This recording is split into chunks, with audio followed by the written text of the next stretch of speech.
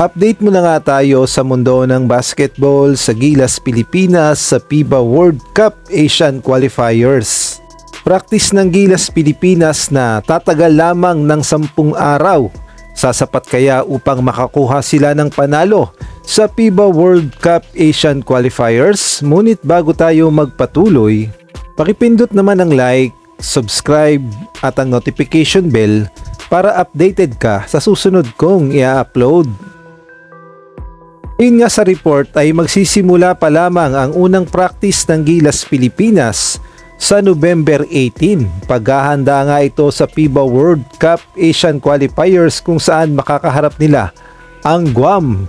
At ang laban ay gaganapin mismo sa bansang Guam, kaya naman magkakaroon ng home court advantage ang kupunan ng Guam. Ngunit ang tanong ng marami, sasapat ba ang 10 araw na practice ng Gilas Pilipinas upang paghandaan ang unang laban sa Guam? At ayon pa nga sa report, yung 4 na araw ay ilalagi ng Gilas Pilipinas sa Calamba, Laguna sa Inspired Sports Academy at doon nga sila magkakaroon ng training camp.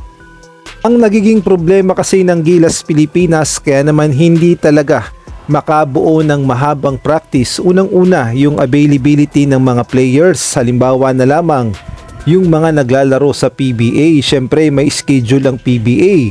Tapos yung mga players pa natin na naglalaro sa overseas, sa Liga ng Japan B-League at Korean Basketball, na kailangan sumunod din sila sa patakaran at sa schedule ng Japan B-League at Korean Basketball.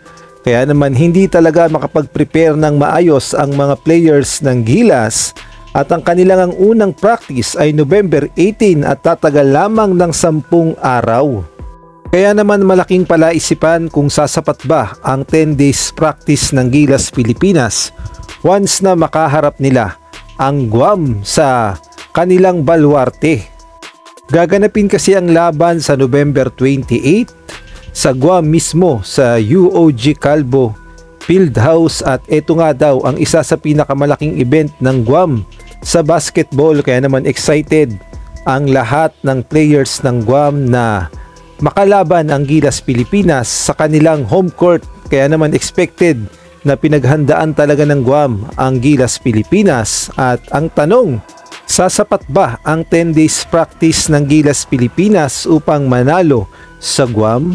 Samantalang bukod nga sa pagiging kulang sa practice ng Gilas Pilipinas, isa pa nga sa pinoproblema ngayon ni Coach Tim Cone ang kalagayan ni Justin Brownlee na alam nating lahat na tinamaan ng pneumonia. At ayon nga sa report ay nagpapagaling pa itong si Justin Brownlee at expected na gagaling ng 1 to 2 weeks or aabot pa siguro ng buwan, depende sa lala ng pneumonia ni Justin Brownlee. Kaya naman ang malaking tanong, makapaglaro kaya o makahabol kaya si Justin Brownlee sa FIBA World Cup Asian Qualifiers o maglalaro ang Gilas Pilipinas na wala si Justin Brownlee?